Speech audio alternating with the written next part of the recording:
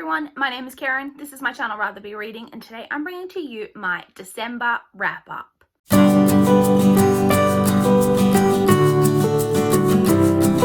Happy New Year.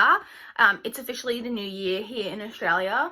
I think it'll be the new year most places by the time I post this. This will go up this afternoon, so I think it will have at least ticked over to midnight in most places by then. I had a rager of a New Year's Eve.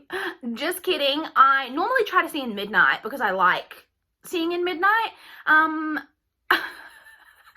But I was watching a YouTube video on my phone and it was about 11 o'clock and I was like, oh, I'll just lie down like while I'm watching it, and then I'll get up at about 11:30 and go back into the lounge room. And I was like, oh, while I'm like, then I'll like fill out my spreadsheet for the end of the year and all of that, like while I'm waiting for the new year to come in. And I fell asleep and I woke up at 12:04. So I just missed the bringing in of the new year. But it doesn't matter. The new year came in whether I was awake or not. So December, the last reading month of the year, was a pretty decent reading month. I had pretty decent numbers, considering that since the 20th I've been off work, so I've been doing more like physical reading, but I haven't been listening to any audiobooks. So I'm pretty happy with how my numbers have kind of finished up for the year. Ooh, crazy hair. So let's talk about my statistics. So I completed a total of 21 books and had one further DNF. I read 20 novels and one graphic novel. I read 10 books in physical format, 5 ebooks, and listened to 6 audiobooks. And then excluding the audiobooks, as always, I read 10 books that I owned and 5 from the library.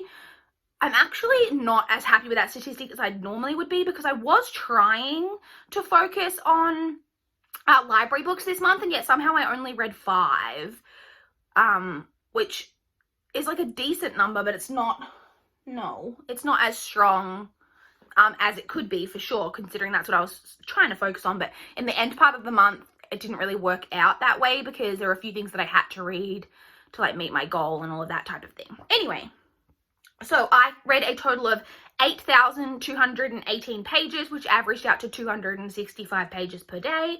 The shortest book that I read was 259 pages, which was the graphic novel. So it wasn't a super short graphic novel. It was a bit more of a chunkier one. And then the longest book that I read was 805 pages, so I was reading a big chunk of this month.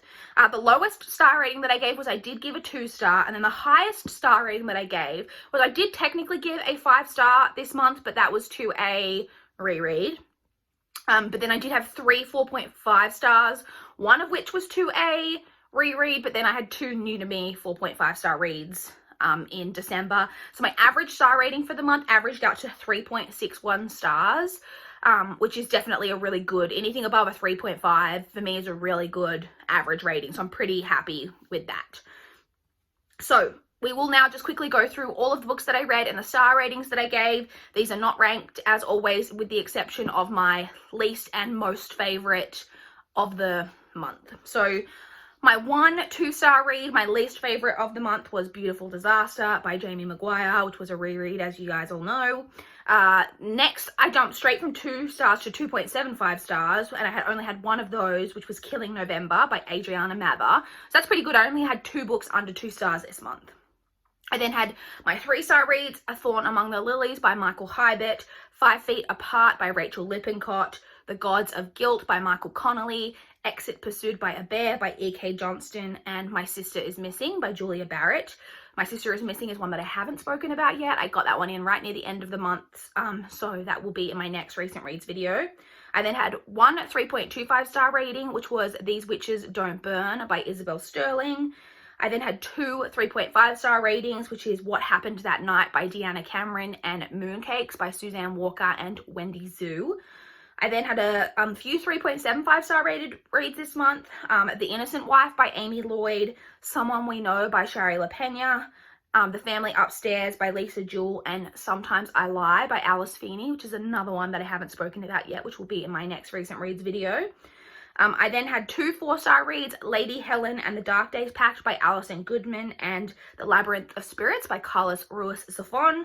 I had one 4.25 star read, which was Far From the Tree by Robin Benway. And I then had my 3 4.5 star reads. So I had Fangirl by Rainbow Rowell and Gone Girl by Gillian Flynn. And then my favorite read of the month, which was What We Saw by Aaron Hartzler. And then my 5-star read, my reread, which was The Book Thief by Markus Zusak, which I haven't technically spoken about, which will be in my next recent reads video, but it is a reread and I love that book. No shockers here. I gave it 5 stars again. So that's it. Those are the books that I read.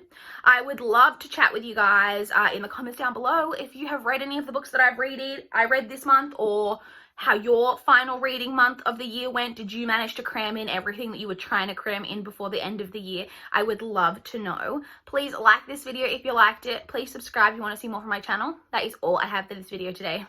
Bye guys.